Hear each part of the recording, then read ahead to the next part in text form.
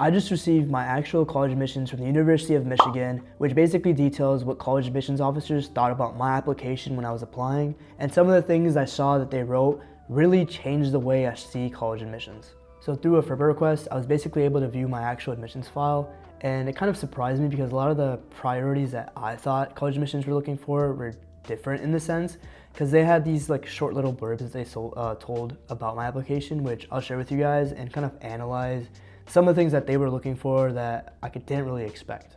So I'll start with what they wrote about my stats. And if you want to know all my stats, go check out my stats video after this. But basically they wrote down 4.0 GPA, 15 SAT, 770 on math, and they noted 22 core classes and 12 out of 23 AP with dual enrollments. I think they don't count my AB sub score because I technically took 13 APs. And then they just wrote AP Scholar with distinction and moved on, which is kind of interesting, honestly, that they wrote it like that. But yeah, that's all they wrote for like the stats, like little blurb. Now here's where things get really interesting. Here's what they have to say about my extracurriculars. They said, Excel involvement includes co-founder of organization that creates courses to promote financial literacy and worked with high schools gifted program to help refugees in Chicago. The reason this is very interesting to me is because neither one of these activities were like my top activity. My top was Manny's Cares, which is like a charity club at my school, but they chose to focus on these, and I think it has to do with my essays, which I'll also share with you guys in a future video, but it's very, very different from what I expected because colleges really want to like sum down your whole application in 1 to 2 lines because at the end of the day, they're going to be in a meeting or some sort of thing where they have to advocate for you. So this is what they summarized from my whole application, which kind of really goes to show that you really want to have a narrative or a clear narrative around your application. I can see from my application that they got this line from, but if you can create your own unique line, then that will significantly boost your chances at admission at these type of schools.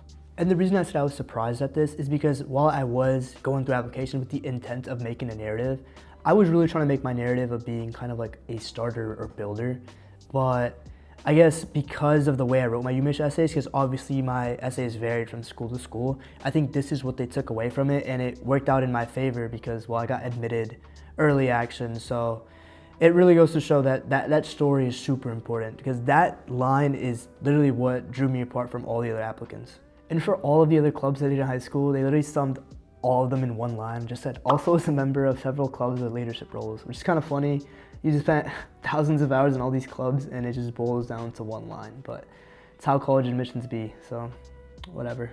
And it's kind of important to note that there's gonna be 2 evaluators, at least for UMich. There's evaluator 1 that kind of like looks at your application in more detail, and then evaluator 2 kind of like skims over everything evaluator 1 said and kind of just makes sure that everything that they said is valid. So my evaluator 1 was a much like more detailed explanation, while evaluator 2 was just a couple of sentences. But both evaluators mentioned first gen, which is kind of interesting to me because schools vary to how much first gen has the effect in your application. But I think UMich is one of those schools that definitely takes it into account. So while it wasn't like a defining factor in my application, I think it's definitely a boost. So if you are first gen, definitely try to mention it or incorporate it into your essays if it did have an impact on you. So what was the ranking that the evaluators gave me? I got a 2 from both the evaluators, and the evaluating system works from a scale of 1 to 15. It's a little different if you're a transfer applicant. I believe it's 2 to 15, but I'm not 100% sure.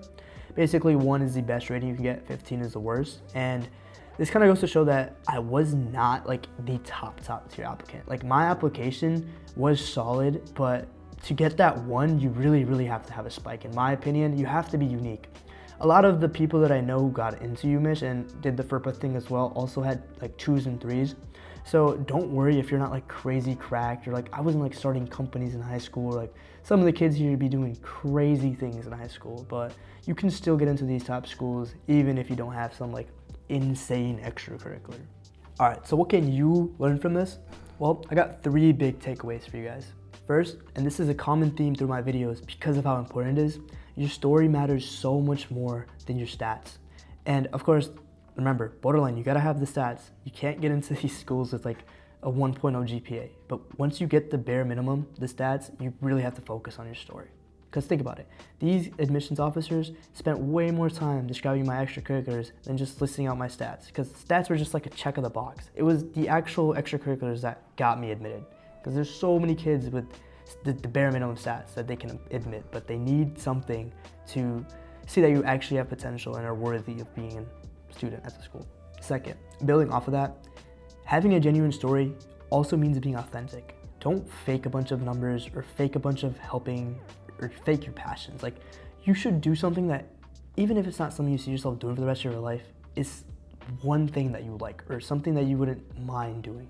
A lot of the work like I did was financial literacy, and the reason it was so impactful for me and maybe even my readers is because it was genuinely a problem I was trying to solve. I had the problem myself growing up, and once I solved it, I try to help other people. So that's kind of showing true authenticity, like that I was actually trying to, make a difference. And finally, you don't have to be perfect. Like, I had a 2 rating. Like, yeah, it's solid. It's very solid. It got me into this UMich and a bunch of other schools, but I didn't have a 1, and many people who got in didn't have a 1.